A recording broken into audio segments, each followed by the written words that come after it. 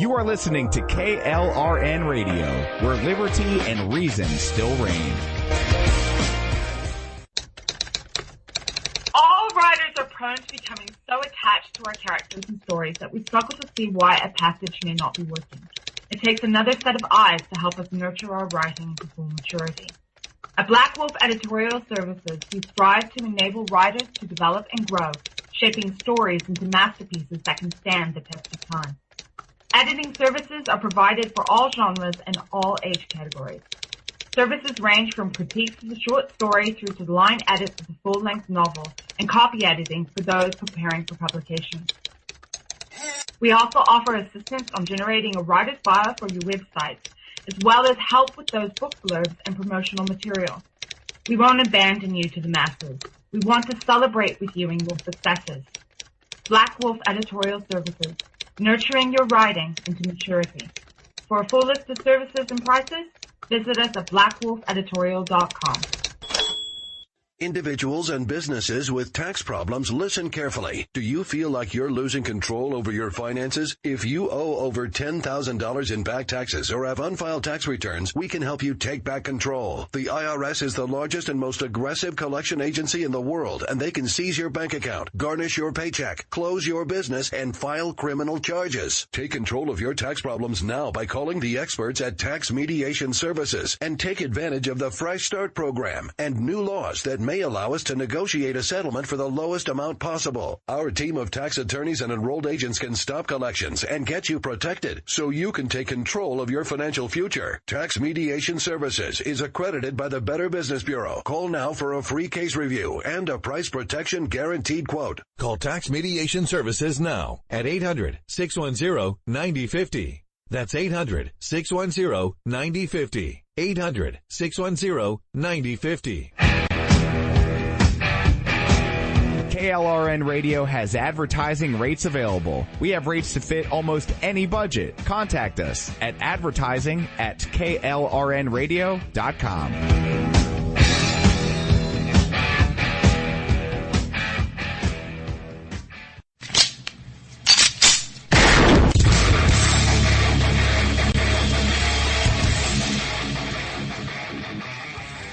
This is Slickery Trigger for Rebel Road Tactical. With proper care and feeding, your pistol will be ready when you need it, there to save your life. Shouldn't your gear be that good? Whether you need a holster for comfortable everyday carry or a tough-as-nails holster for your next training course, Rebel Road Tactical has what you need. Check us out on the web at rebelroadtactical.com.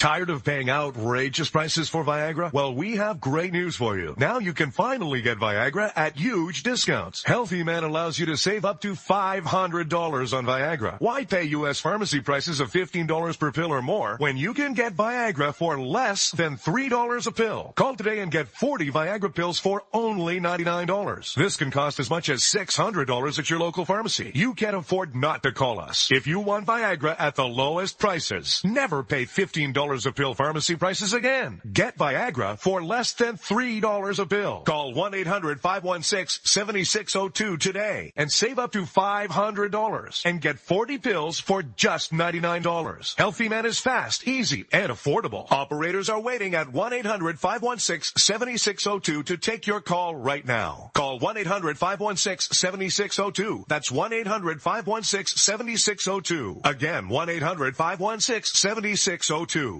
The following message contains a special offer for listeners of this station. Are you a man over 40? Are you constantly looking for the nearest bathroom? Do you wake up multiple times a night to use the bathroom? Right now, Perfect Prostate is sending out free bottles of their groundbreaking new formula to listeners of this station. Perfect Prostate Formula was developed by medical doctor Mitchell Fleischer, and its ingredients have been clinically studied to reduce your frequent nighttime bathroom visits and promote healthy urine flow. Right now, preferred customers get their first bottle of Perfect Prostate absolutely free. There's nothing to lose. Perfect Prostate is guaranteed to reduce that constant urge to use the bathroom, especially at night, and promote healthy urine flow. Don't wait. Call now for your free bottle. Just pay shipping and processing. Dial 1-800-675-0251. That's 1-800-675-0251. Supplies are limited. One free bottle per household. Call now. Dial 1-800-675-0251. That's 1-800-675-0251. Hey folks, I want to introduce you to a friend of mine, Dr. Richard Harden. We are on the same mission, which is waking up America.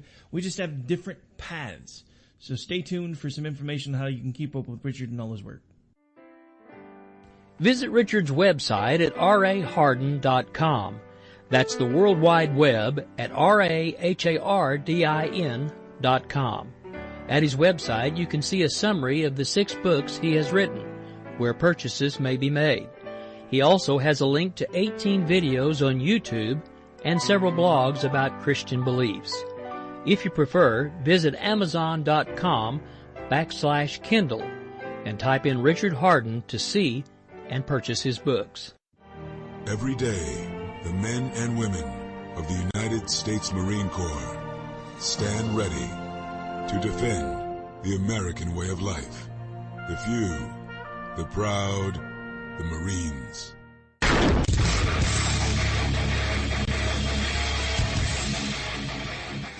This is Slickery Trigger for Rebel Road Tactical. With proper care and feeding, your pistol will be ready when you need it. There to save your life. Shouldn't your gear be that good? Whether you need a holster for comfortable everyday carry or a tough-as-nails holster for your next training course, Rebel Road Tactical has what you need. Check us out on the web at rebelroadtactical.com. Get ready to fight from within. You're about to go behind enemy lines. Roger, 3-2. Goliath copies all. Go ahead. Target is surrounded by multiple firms entering what appears to be a residential area. Requesting permission to engage. Over. From the People's Republic of New York City, you're now going behind enemy lines with Gene Baradelli and Russ Gallo.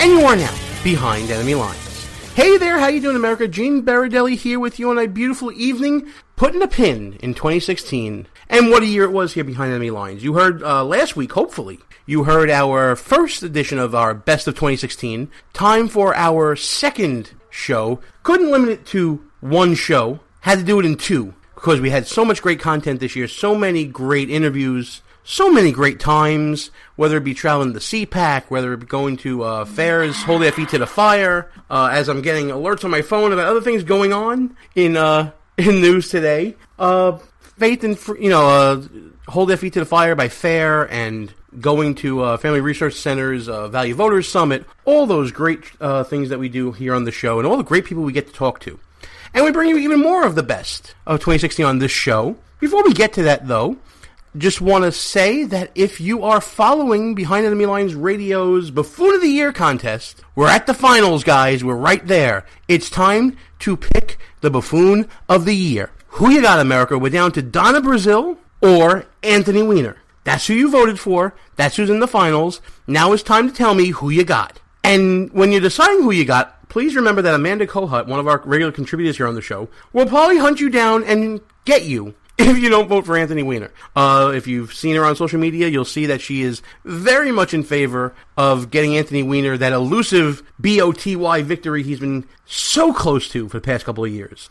So if you want to know how to vote, go to www.behindenemylines.radio.us and check out the latest article about Buffoon of the Year. The poll is right there in the article. You're voting for Buffoon of the Year, and there's also a third place buffoon. Who's third rate?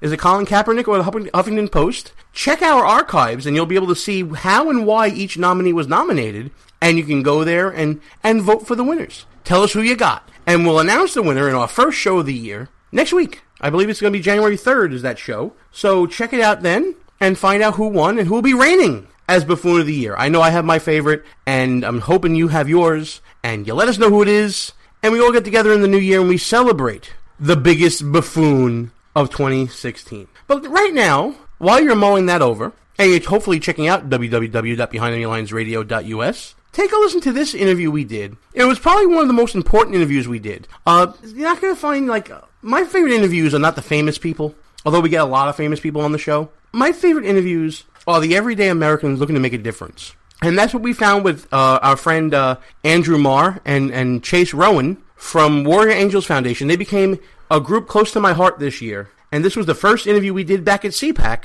Take a listen to it right now. Andrew, thanks for coming on, man. I really appreciate it. It's our pleasure. Thank you. We've been having a lot of fun, Sean. Sean Atkins is going to remain with us, the author of Squashing Liberalism. I wouldn't have it any other way. We have. We've had a lot of fun, but I you know what? I don't. I'm going to say this, and this is from a Marine veteran to you guys, because I know what you guys do. I don't even feel worthy to sit here. You're worthy. Well, I know that, but I just want to say what you guys do. You not just your service to the country, but your continued service. I always say that because so many times I'm sure you guys are fed these accolades. Oh, thank you for your service. Thank you for service. But people forget the continued service after our military service that takes place. That's just as important, sometimes more important, especially with what you guys are doing. It's about contribution, isn't Absolutely. it? Well, let's fill in the audience about what exactly we're talking about here. Andrew Marr, the CEO and founder of the Warrior Angels Foundation, Special Forces Green Beret, started the organization with the sole purpose to stop the deaths of veterans suffering from PTSD symptoms. We talked about this on the show a few times before. We actually have friends who are veterans that suffer from PTSD. It's such an underreported issue, but it's so important to talk about because it's in the shadows and because there are so many people suffering alone from PTSD. Absolutely. Let me give a little background story. Like you said, I was 9 years in Special Forces, and I want to caveat that with this story is not special to me. This is the story of a number of our veterans, and that's why we're voicing the opinion, so they can know about it. Can you guys hear me all right? Oh, yeah, we hear you just fine. You're doing Fantastic. great. So 9 years in Special Forces. I dealt mostly in explosives. I was explosive breacher, so that means we put a surgical charge on a denied point of entry to try to get inside to a bad guy. Right. So it was in and around countless explosions for my career. Fast forward after my third deployment, again, as a elite performer in life and death situations. Coming home 6 months after that, I wake up. I'm on 13 different medications. I'm an alcoholic. My wife is 9 months pregnant with our fifth child, and her only request of me for that day was if I could just keep my drinking down in case she went to labor, and she didn't have to drive herself to the hospital. Wow. At that time, I was like, how did I get here? You know what I mean? This is not the man I was. Yep. And I came to a crossroads, and I was like, you know what? I'm going to quit kicking against external circumstances, and we're going to get to the bottom of this, and we're going to find a different alternative way to treat this than all of the antidepressants, anti-anxieties, psychotropics, narcotics, opiates, and everything else I was on. And that's how we kind of got started. It's an amazing story, and the road you've taken is incredible. So many people don't make it down that road. Chase Rowan also with us, the community relationship for Warrior Angels. Chase, tell us your story about how you got involved. You're in Special Forces, Army Ranger. Thank you doesn't say enough for everything that you guys have done. But tell us your story of the road that you've taken to get to this table today. Yeah, well, in 2003, I decided to join the military. Of course, 9/11 was my main reasoning for that. I was a part of 3rd Ranger Battalion out of Fort Benning, Georgia. Deployed to northern Iraq in 2004. Shortly after returning from Iraq, before I was able to go to Ranger School, I suffered a parachute accident during a nighttime training operation. My parachute didn't open all the way, so I hit the ground going about 80 miles an hour. Oh, man. Caused a severe traumatic brain injury. That was then my way out of... They kind of said, hey, you can't do anything else with us, so we're going to medically discharge you out of the military. Shortly after being out, I started to notice, with about a year and a half, started to notice a slow decline in just quality of life, my well-being, my marriage, in so many different areas, and I just kind of accepted it at the time. But then, fast forward, years later, Andrew got out of the military. And Andrew and I crossed paths. We've known each other a long time, and he was struggling with the same issues. So, gathering together, working together, yes, sir. Working for a common purpose, keeping focus on that. Amanda, you got some questions, right? Yes. So we're at CPAC, where we have thousands of people who I know would do anything to help out our veterans. And PTSD is often referred to as the invisible wound that is brought home from the war. And we don't have a lot of conversation about it. It's hard to identify it. What can we do to help identify those veterans who might be suffering, reach out to them, and give them a hand? Yeah, well, that's a great question, and we need to talk about two things. We need to talk about traumatic brain injury and post-traumatic stress, because they're interrelated often. And what we now know about traumatic brain injury, Sean, is it's a two-phased injury. So the first part is that initial trauma, be it a blast wave, be it a acceleration, deacceleration, blunt force trauma, like I said. Something where the brain moves inside your skull, either side to side or front to back. Initial, okay? The second, what you hit on is the silent part, and that's the post-traumatic inflammation, swelling of the brain. And that can happen a day, a week, a month, years later after the injury. So what we've identified is a specific group of hormones in the brain called neurosteroids that are responsible for making us who we are, responsible for our cognition, our behavior, our psychology, physiology, executive decision-making, all these things. And so when you have that swelling of the brain, the pituitary system can't work properly. That causes all these cascades of symptoms down the line. The current mechanism is to treat it with medication and psychotherapy, which doesn't work. And when it's so clinically put out as you did, it sounds like it's obvious, but the symptoms, people can be asymptomatic of TBI and PTSD. Right. So much time, and inside the tissue is deteriorating, and things are happening internally that nobody sees. Let me say something about that, because I'm dealing with this right now on a family level. Yeah. My dad's a Marine Corps veteran from Vietnam era, and he's told me stuff in the last 12 months that he's never told me in my whole life. I'm 45 years old. Yeah. And that's something, he's thank God, he's seeking treatment right now. He's getting some help from the VA. And I'm going to ask you this, just brother to brother. What else can he do other than VA treatment and seeing a psychologist, talking about stuff like that? I know we talked about a lot of drugs and stuff like that. This is what we're offering, Sean. Right. We're offering an alternative that treats the underlying condition. Okay. We need to find out what his underlying condition is. And how do you do that? You do it with an objective blood test. How easy is that? Look for sounds simple, yeah. Specific group of hormones saying, "Oh my God, this guy's deficient in this. No wonder he has all these. He has all these problems." So you're pinpointing it with an actual blood sample versus trying to crack the code in someone's mind. Right. It's like hormone replacement therapy. Exactly. Is what it is. Exactly. Treating the underlying condition by doing a individualized, objective blood panel, and then you replenish what you're deficient in. Right. So Chase, you're actually going through a lot of this, right? Yes. So why don't you explain to you the difference in when you first started the treatments and to where you are now? Okay, well, I get funny face every time I say this, but when I started the treatment beforehand, my life was honestly at the bottom. And I had not quite realized it yet, hadn't accepted it, but I was drinking a lot. My kids weren't getting to see me as much. Well, then I start the treatment. We're talking 3 days. I wake up the third day, and the first thing I do is smile. Not even joking. And I hadn't done that. I hadn't wanted to face a day in over a year, well over a year. And then it hit me, and I just started getting teary, and I started thinking, I told my wife, I said, there's hundreds of thousands of guys like me, with kids, with a wife, with families that are out there struggling right now. And I was like, and who's going to help them? Nobody is. Nobody's wanting to do anything. Everybody's wanting to drug these guys up. Because they're treating the symptoms, not the actual disease. Is what's happening here. Well, is the VA currently using the blood test? No. The VA does not offer this treatment protocol, and we were fortunate enough to get lined up with the top neuroendocrinologist in the field of treating traumatic brain injuries out of California. And so here's what the VA does. They say, okay, this person's deficient in testosterone. They give him a testosterone. But here's the thing. There's precursors to testosterone, things that are responsible for making it upstream. And if that's affected and you're not treating that, you're just treating testosterone, then you're not fixing the issue. That's just, again, masking a symptom. So the body's going to overcompensate, and it's going to overload your cortisol, your sympathetic nervous system, and you're going to be hypervigilant. You're going to be on edge. You're not going to be able to sleep. You're going to have adrenal fatigue, so you're going to have extreme highs, extreme lows. These are all things that we can now tie back up into right into the being deficient in these hormones. As Andrew's talking, I can't help but think of a neighbor that actually committed suicide. He was in the Marines, and I remember vividly the first time he had his first break. My father, God rest his soul, who was also Marine, actually had to go into the house. He was alone in the house with a weapon.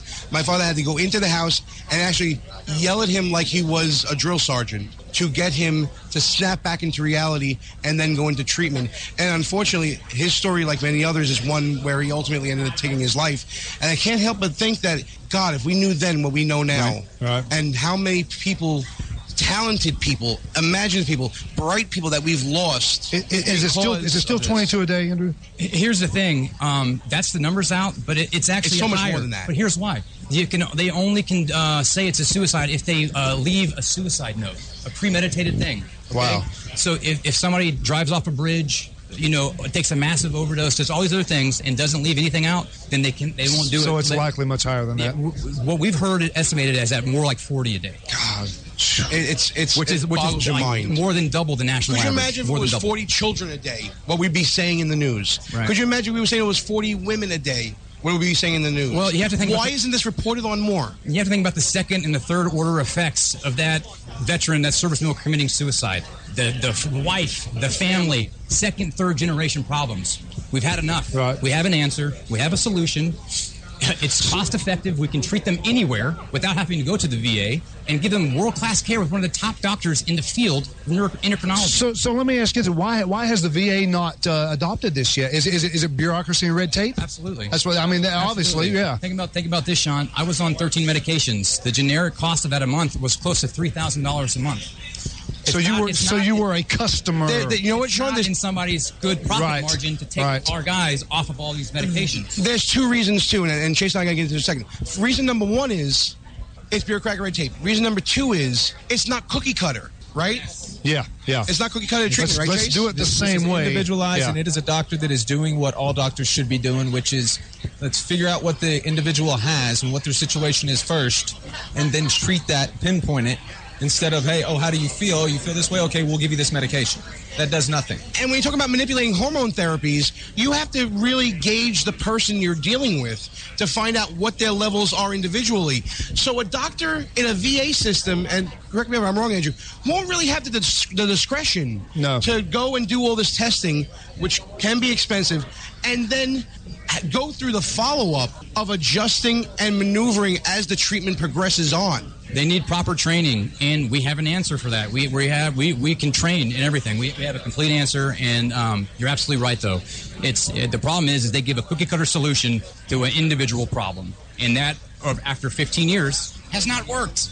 Absolutely has not worked. And to keep trying it is ludicrous. Absolutely. It's the definition of insanity, Amanda. You keep banging your head against the wall expecting a different result, and nothing happens. Exactly. Right.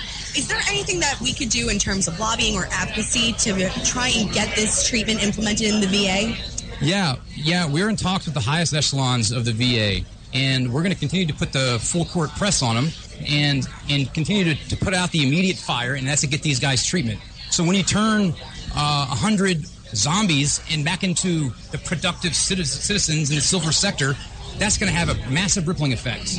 And then you treat more and more and more. By soon, it's going to take root, and it's going to be demanded that the government is either going to get on the train or they're going to miss it, because technology will come by and it will make the VA irrelevant, and we can just rely on certain technologies to do these things for us. It sounds like a great solution, and I'm glad that it's finally in the works. We want to get everybody on board with this by supporting your foundation, supporting all the work you're doing, whether it be advocacy on social media, whether it be donating to your foundation, whatever it could be. Tell everybody how they can get a hold of you and all the good work that you're doing. Yeah, we just launched a new website. We're really proud of it, www.waftbi.org. That's waftbi.org. And we put out a lot of good content on there. We're on all the social media hot buttons now, dropping knowledge bombs all day long. We're real big. I'm real big on the sciences and proving everything that you say with validation and research. And so we put out a ton of good articles for people to read and get good information on this stuff. Well, listen, there's a reason why we call the show Behind Enemy Lines when we broadcast on WNJC. Behind Enemy Lines is not only because we're Republicans in New York City, but it's also because my co-host Russ Gallo, First Sergeant Gallo in the 258th, we must always keep our veterans in mind at all times. And it's a tribute to his service that we do, and it's a tribute to you guys and all that you do for us. And whatever we can do beyond this interview, let's not stop here. Yeah. We're going to take this beyond and support you in any way we can, whether it's advertising on the website, whether it's writing articles, whatever you need, we're committed to do it. We're on board right now. Yeah. And we're going to do all that we can to help out. I mean, it just you guys are American patriots, and it's an honor to be with you and a part of this. It's good, great. Our patriotism pales in comparison to you, my friend. Thank you so much for everything. Chase, thank you so much. God bless. Been an honor to see you guys. Folks, go on the website, www.waftbi.org. And, since that interview, I've had opportunity to talk to both Andrew Marr and Adam Marr with Warrior Angels Foundation. And the amount of veterans they helped this year, the hundreds of veterans they helped this year in managing their TBI and their PTSD, absolutely remarkable. The work that Dr. Gordon is doing with them, it's there's no words. There's no words for the gift that Warrior Angels Foundation has given to those veterans, and we hope they continue that great work in the new year, and we'll be there to support them as well. Time for another one of our great interviews. It's another one from CPAC, the guest that we have featured the most on this show. He's our friend, Van Hipp, from American Defense International, a great patriot, a great American, and a really great friend. The best part about this interview that I remember is what happened after the interview, which was Van and myself and Amanda Cohut, who helped with the interview, and a couple of our friends as well, just sitting around and talking politics with probably the foremost expert on American foreign policy and counterterrorism, or at least one of the foremost experts. And we're just there shooting the breeze, having a cocktail, enjoying our evening before we each, went out to dinner that night. And I cannot thank Van enough for the generosity of his time and his friendship of the show. Van, always great to see you, man. And always good to be on my favorite radio program. Okay. Right? I am marking that tape right now. Not even a minute in, and we already got the love. History right there.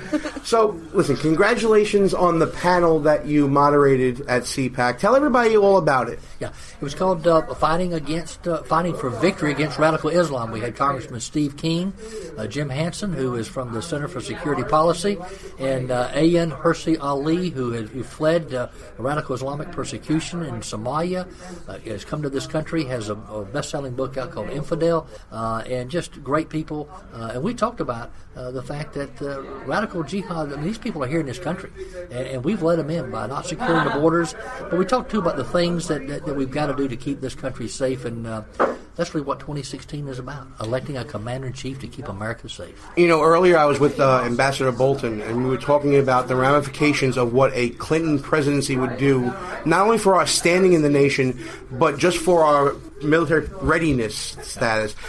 He basically said it would be almost catastrophic. Do you agree with that? Well, I tell people, and I think we have probably been remiss on the right for not telling people this would be a third Obama term. That's all you need to know. And we've already cut the U.S. Army to pre-World War II levels. You've got more ships than you've got, more admirals today than you got ships. I mean, from a readiness standpoint, we're probably at our lowest levels in years. And here's a key point. People say, national security, it's going to cost money. That's what's bankrupting America. In 1960, 52% of all federal spending was for national security. Today it's down to 16%. It's all the other stuff that's bankrupting America. We've been saying for years, Amanda, it's been not only cut through the muscle, but through the bone. Military spending. We're just not ready anymore. No, and it's funny, but Carly Fiorina had a talking point during the presidential debates about restoring the Fifth Fleet, to bring back more of the warrior class of generals. Do you think that there's even more that we could be doing? Oh yeah, there's a lot we can be doing, but she's right. We got too many politicians in military leadership roles instead of true warfighters. And the purpose of the military is not to conduct social experiments and do social engineering. The purpose of the military is to win wars and to protect the national security interests of our country. And the reason the states came together, the reason we have a federal government in the first place, is to provide for the common defense. Everything else is secondary. Van, the one thing that I was jealous of the most with you was during the South Carolina primary, you were with every single presidential candidate, not only that mattered, but that was out there. And you were basically the, I guess you want to say the welcoming committee for South Carolina. Tell me about that experience and what you take away from that. Well, my background, 1979, I was 19 years old, but I was on the committee of the Republican Party that created our first Republican presidential primary. So I understand and appreciate the history of the primary there, and we used the primary to build a Republican Party in South Carolina. But with my book, The New Terrorism, How to Fight It and Defeat It, over half the candidates actually got the book, and their staffs read it and looked at it to help prepare themselves on the foreign policy and national security aspects for the debates. So we were very blessed and fortunate to be asked by several of the campaigns to run and serve as a moderator for their town halls. So it was a lot of fun. Well, since they got the chance to read the book and since you got an opportunity to meet with all the available on Amazon.com, everybody. Excellent plug. Did you What were your takeaways? What were your impressions? Were there any candidates who you felt really understood what needs to be done to fight the faceless enemy? Yeah, if I could have blended about 4 or 5 of them and put them together, I think we'd have a great commander-in-chief. But I got to tell you, I had a great town hall with Marco Rubio last summer. Went great, and answered every question. It was like rapid fire. I mean, he was great. And I got to tell you, Ben Carson got a bum rap from a lot of people in national media. Now, bear in mind, I interviewed him after he had just come back from Jordan, dealing with the Syrian refugee crisis and all. And I think he had actually read the book because he was talking about the electromagnetic pulse threat, and I recognized some of the stuff. But brilliant man. And of course we did Donald Trump in Beaufort, South Carolina, the Tuesday before the election. And I got to tell you, with Trump, we talked about the ballistic missile technology of North Korea and how the Iranians have been funding that. And I was impressed. And that's high praise coming from then. Mm-hmm. What was your overall impression of Donald Trump? Is he a man unto himself in the campaign? Is he listening to other people around him? Or is he shooting from the hip and just going with it? Well, we're going to find out. But I do think it was very interesting, and we actually did 2 of his town halls. But he was very gracious. And the one thing about the Trump phenomenon is this, and I studied this. I went and looked at the returns, where he's getting his vote from and all. It's like the old silent majority. President Nixon, before he called them the silent majority, he called them the forgotten Americans. People who pay their taxes, they go to church, they love their country, but feel like their government's let them down. And regardless of who the nominee is, we've got to figure a way how to keep these people in the Republican Party, in the conservative movement. Because, look, people, we saw what Romney's done today and with Trump and all, the establishment created Trump. And let me tell you what I'm talking about. If we had secured the borders like we were supposed to, and I said this at CPAC today, that the Republican Party and the Democrat Party both have failed the American people in securing the borders of this country. Duncan Hunter, who I supported for president in 2008, authored the Secure Fence Act in 2006. We did not fund it. We did not enforce it. It was the law of the land. If we had done that, our borders would have been secured. Oh, by the way, a portion of that double fence was built along the San Diego-Tijuana border. Guess what? Murder, crime, drugs, illegal aliens, it's all down by in excess of 90%. It works. When you secure the border, it works.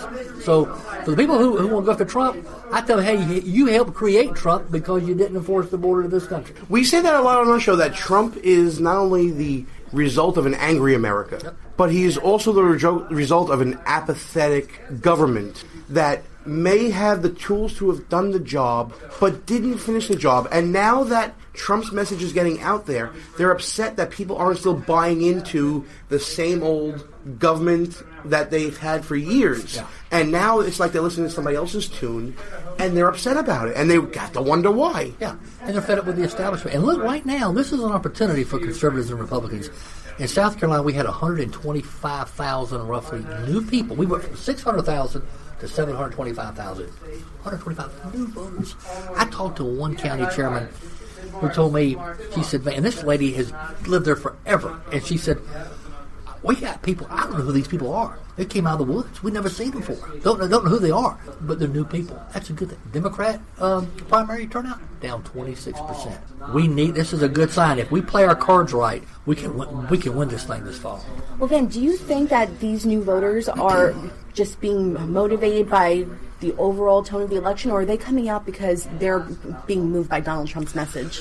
I think they're being moved by a message, and it could be any message, that stands up to the establishment and is not going from the establishment talking points, even if they disagree with him on things. I talked to a minister the other day. He said, look, I don't like the guy's language and what he does, but I'm not elected a preacher. He said the guy is brutally honest. And that's what this minister told me.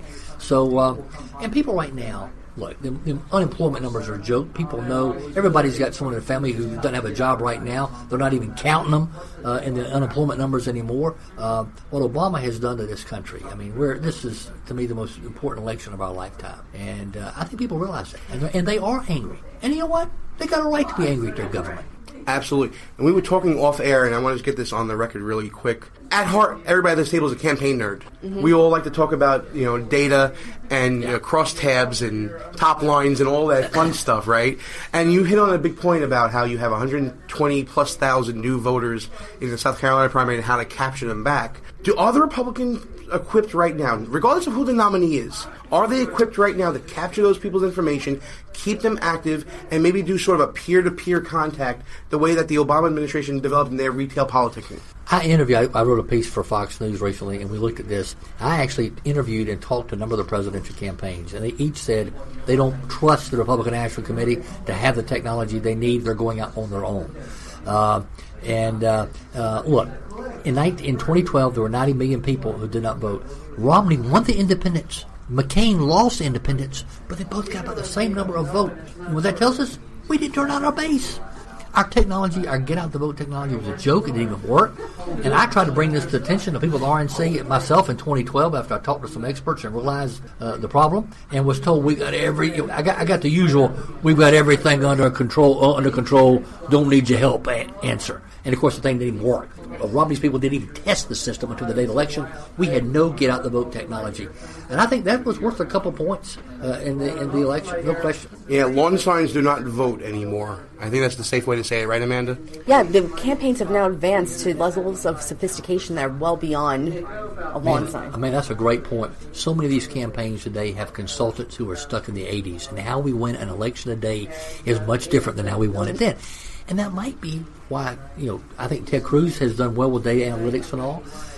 And some of these candidates who understand the way we campaign, the way you get your message out, it's different than flyers in the mail and stuff like that. And I mean, it's changed. I learned this from Ned Ryan, and he was in your reference in your article. Yes, he's the best on the right. He's the closest thing we got with him and his technology to go toe to toe with the Democrats. The new campaign model is a customer service model, not the old retail politicking of 72-hour get out the vote effort. It is a retail model. It's peer-to-peer contact, and your get out the vote effort starts 2 weeks before, not 72 hours before. That's exactly right. Well, Gene, consider 2008, the Democrats developed the minivan system where you would get updated information and analytics about individual voters real time. You send a campaign volunteer to a door with an iPad, and they have fresh questions different for every person on the block. Meanwhile, you have the Republican campaigns that are still going off of 4 of 4, 2 of 4 double prime voters. It's antiquated. And Hillary is going to take the Obama model, and she's going to run with it. That's what people don't understand. He's plowed the road, so to speak. And you're right about Ned Ryan. What his system does, as I understand it, it connects the iPhone to those mobile platforms, much like the Democrats. Since my article came out, I got to tell you this: we have gotten calls. I've gotten emails from people of former retired government officials who dealt with data analytics for the government, who don't want anything. They cannot get their phone calls returned from the Republican National Committee. RNC refuses to meet with them the whole bit. That is absolutely ridiculous. The man knows everything, doesn't he? From foreign policy to national security to talking nerdy to me. Everything I wanted from an interview and more from Van Hip. I'm a Renaissance man. More so than anyone we've ever had. American Defense International, Fox News contributor. Mr. Do-It-All. You guys see the photos of him fishing and hunting with his kids on the Facebooks and all that stuff. Van, my guy, it's always a pleasure to see you, man. Thank God for everything you're doing, and we're going to talk a lot more, obviously, down the road. I appreciate what y'all are doing. You're spreading the word, getting the message out. Thanks to both of you for what you do. Well, you're part of our growth, man. Thank you so much. We're at halftime here behind Enemy Lines. Thanks for listening to the show. I'm Gene. Russ is not with us again this week because we're doing our best of 2016. He'll be sure to join us on our first live show of the new year. That's for sure. But I want to thank you guys for listening to the show. You can check us out at www.behindenemylinesradio.us. Check us out on the Facebooks and the Twitters at BEL_radio. But if you missed any part of this show, which we usually do live at 10 p.m. Eastern Time, Tuesday nights on Spreaker, you can check us out at any one of our rebroadcast outlets, including WJHC 107.5 FM in Jasper, Florida, WDDQ 92.1 FM in Adel, Georgia, and WLBB 1330 AM in Carrollton, Georgia, all part of the Red Nation Rising Radio Network. You can also check us out at KLRN Radio, High Plains Talk Radio and Sackheads Media, ICRN, the Internet's Conservative Radio Network, and lanternsradio at lanterns.buzz. But if you miss us on any one of those rebroadcasts, you can check us out on demand anytime you want to at Spreaker, iTunes, Player FM, Podbay, TuneIn, Stitcher. You can discover us on Google Play Music. You can find us on SoundCloud and also on iHeartRadio, baby. Wow, the growth of the show is exploding. 3 stations now. It's pretty darn good if you ask me. I like the growth. I like the progress. I'm hoping we're going to see even more in the new year. It's going to be great. But as we're closing the chapter that is 2016, I just want to say what a life we have here behind Enemy Lines. The growth of the show, everything that we're doing, it's phenomenal. And part of our growth and part of the things that we do is a little party we like to throw at CPAC every year. It's kind of become, I think, Vanity Fair called it disgustingly legendary, which I don't think you can get any better praise than that from Vanity Fair magazine if you're throwing the wildest party at CPAC every year. Total respect to James O'Keefe, who you'll be hearing from later, and the Project Veritas party that's thrown there. Total respect to that party. That party's probably the biggest party at CPAC. But I think we definitely have the most, like I said, disgustingly legendary party, which we started as a tradition with our friend Steve Stockman. And you can kind of hear the fun that we have behind Enemy Lines, that wit, that sarcasm, the camaraderie that we have. In this interview that I did, again, it's from CPAC, and this was with our friend Sean Atkins and Amanda Kohut. Sean was a guest on the show, and we just kept him on for the whole show. You heard him with Andrew Marr earlier. This is kind of the continuation of that. And we had Steve come on the show, and I believe that another congressman, I think it was Mark Meadows, may have come on as well and popped on there. I have to re-listen to it to hear it, but you'll hear it right now. I got to introduce Sean Atkins right now to one of the greatest congressmen to ever walk the halls of Congress. Currently not there, but let me do this right now on air. Standing interview. I'm going to... Sean, grab this microphone with me right now. I got it. We're going to bring into the show, live right here on WNJC 1360 AM, I'm going to call him my godfather, Congressman Steve Stockman. Congressman, come in here. How you doing? We got 4 mics set up here, right? So let's all go back to the table. You're going to sit over there. We're going to sit over here. Steve's going to take this one. I'll start. We're going to all talk together. Everybody, Congressman, somebody. I'll stand and shake his hand here. He's singing to me. This isn't karaoke. That's later tonight. This is fantastic. I'm gonna get a shot of that. All that. Congressman, sit down with me here. How are you? Congressman Steve Stockman from the great state of Texas, formerly representing. What district was it? The 30? No, 36. I was close. Fighting 36. Hoorah. Absolutely.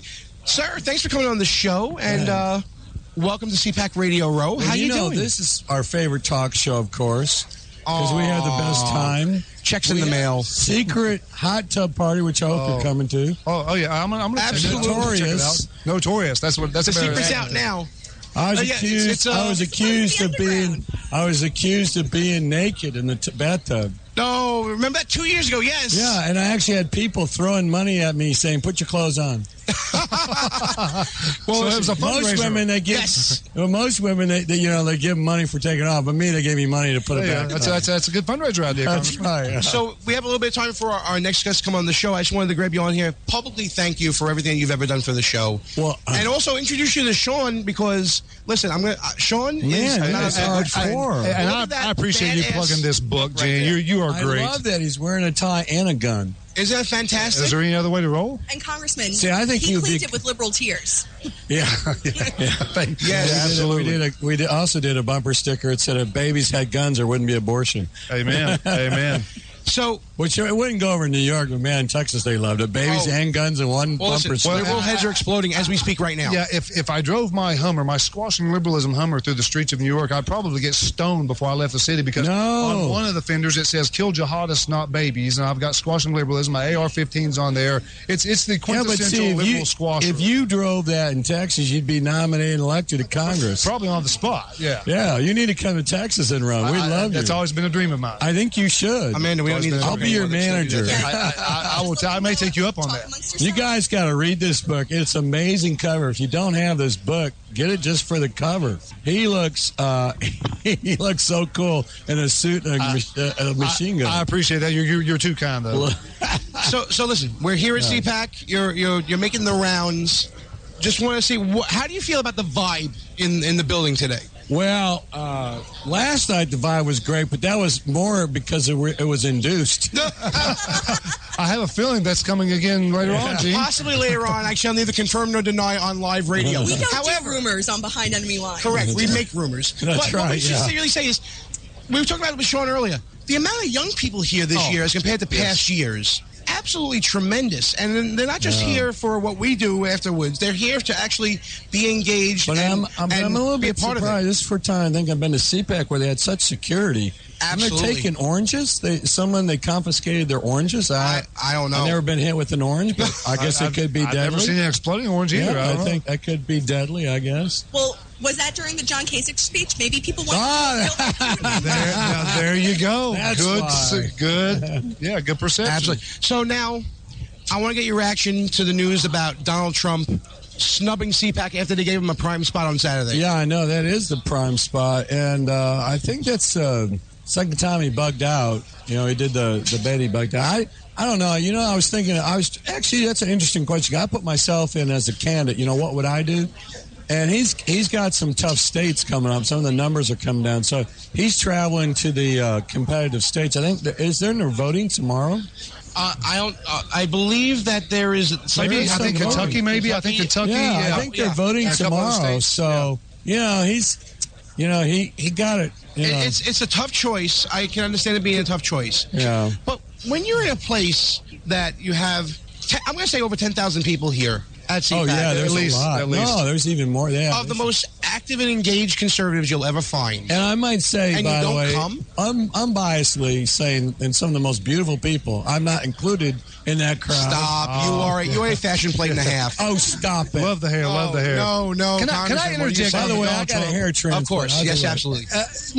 Here we are. We're getting ready to elect the next president of the United States, the most powerful person in the world, mind you.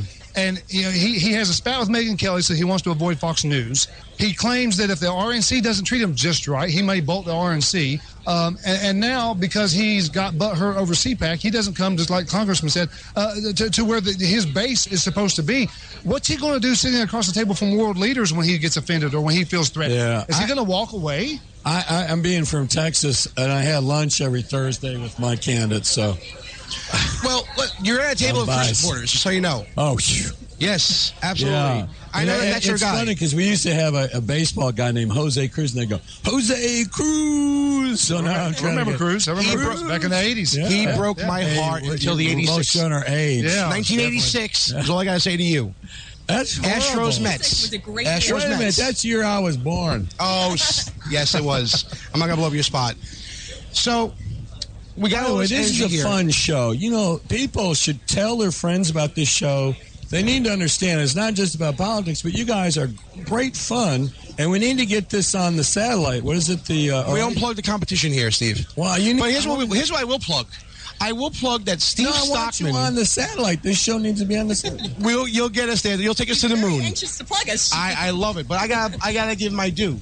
Congressman Steve Stockman, when he was in Congress, had the highest conservative rating from the ACU. Yeah. You were, I forget if it was 99 or 100%. It was right there. And you can't see it, but I'm gonna give the Congressman a high five here from a Marine because that's awesome. That's what we need more of. I'll give you a hoorah. How's that? There we go. Absolutely. So we're not talking to somebody who doesn't have the conservative credits. It's true. Once a Marine, I'm a Marine. I tried to go join the Marines, but they wouldn't take me because I had asthma. True story. Oh, really? Yeah, and here's the reason. Wait, are you sure you're not taking Hillary's story? I'm pretty sure she tried. No. So there I was under heavy fire. No one will answer my question. They didn't email her back. You guys... They lost it. Yeah. Deleted. You guys are my friends. I got a question that no one will take up the answer to. Bring it. Besides, let's have a drink. Bring it. Why does no one talk about the fact that Hillary barked? And what the hell's going on? You know what? I see a video on it every now and then. Obama ate one and she's barking. Maybe she ate one too.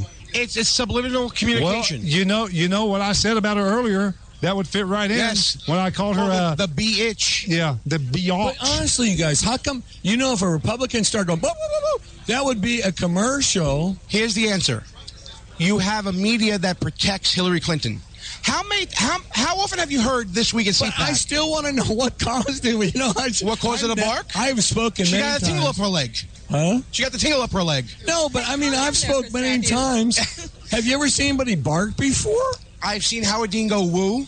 She barked. No, she went. We're having a lot of fun now. My goodness. How do we go from serious? We need to do your minimum now, Gene. And we're there. Crack one open. So here's what I wanted to really get to. Oh my goodness, the photos here are going everywhere. Oh my. Sure. What I want to know from Congressman Stockman is what is going on currently in Texas with. I wanted to talk to you actually about Rosemary Lemberg first and foremost. Remember Rosemary Lemberg in Austin and everything? Yeah. And I know that Rick Perry just won his criminal suit. Is there going to be any follow-up to that? You know, is there anything in the works to get this woman just done? It's horrible because it was totally political. And the Democrats, by the way, are very good at using the courts, including Obama and the Department of Justice, to take out his enemies. For instance, they went after me, they went after Michelle Bachmann, they went after, all the conservatives have gotten attacked by justice. You're a target. Yeah, and the thing is, people say, why don't you speak up? Well, when you speak up, man, you can get really heavy footprint on your back.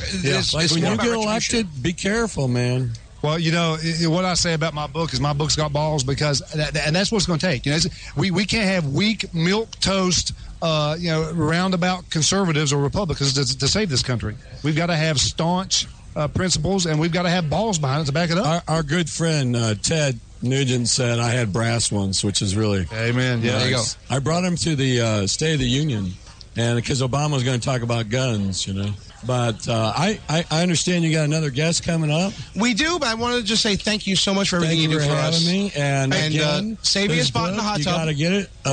Squashing Liberalism, and it looks like a good read. It's fantastic. You want to hang out for a minute? Sean? I'm good. I'm good till 5 o'clock, brother. I can go for a long time. All right, so I want you to stay on for this next guest. This is going to be a cool guest. I got to get on tape. Are you getting me the 2 Reagan tickets? Because Jennifer wants one. Did you ever get to see her last night or not? I did get to see her. She's around here somewhere. But she's your new show assistant. This is getting me too much now. She will be at the hot tub party. This is the first time I'm blushing on air. She will be at the hot tub party.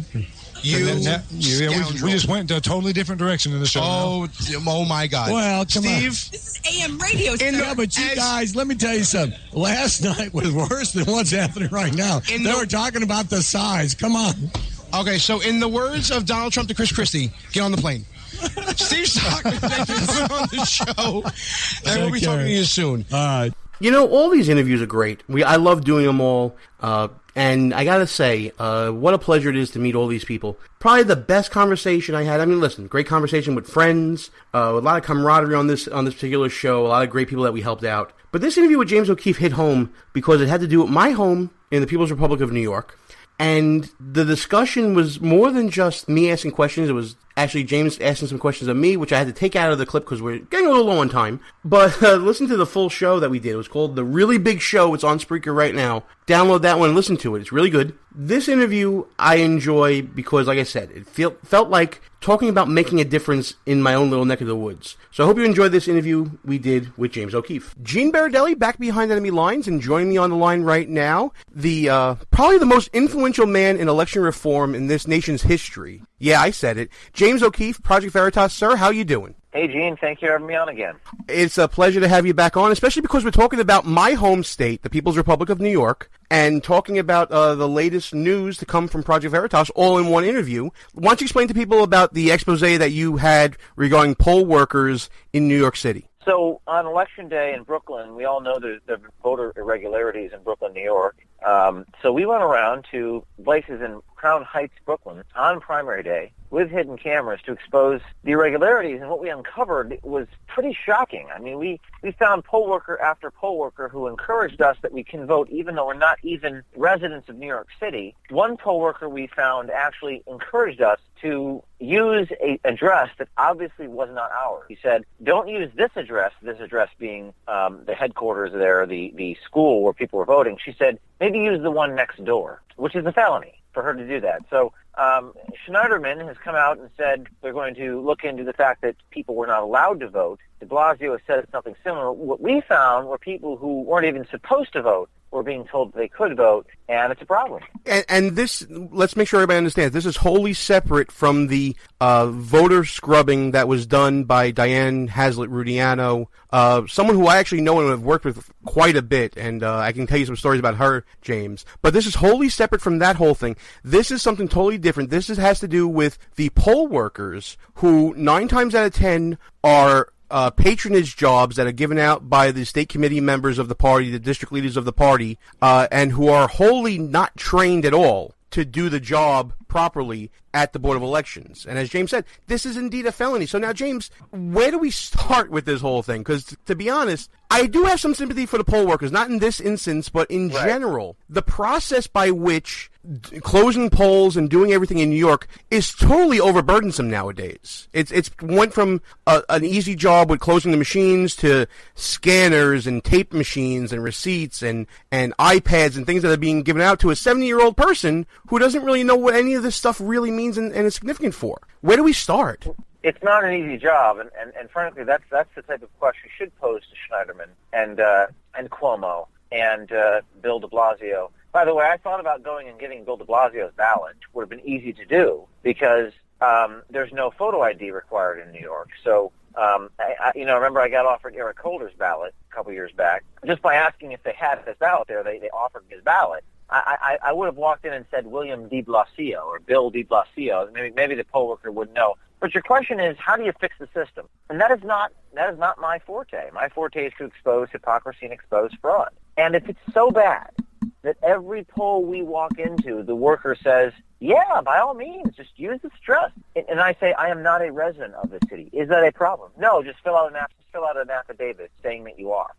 I mean, I don't know if it's incompetence, if these people are trying to be too nice, if it's a mixture of all the above, but it's probably a lack of ethics and a lack of morality amongst the people who are working at these places. But it's a problem, and the elected officials in New York have got to do something about it. I don't know what. Right, and I think you hit the nail on the head that it's a lack of training. There was an expose done in the New York Daily News, I believe it was 2 years ago, that they sent undercover people, basically stealing your bit. They sent undercover people into the poll training classes at the Board of Elections. And James, when I tell you they would be rampant cheating throughout the entire test, you're supposed to take a test, and you're supposed to pass the test in order to be eligible to work. But they allow everyone to cheat on the test so that everyone gets to work. So when you say incompetence, it starts there. It's funny, Gene.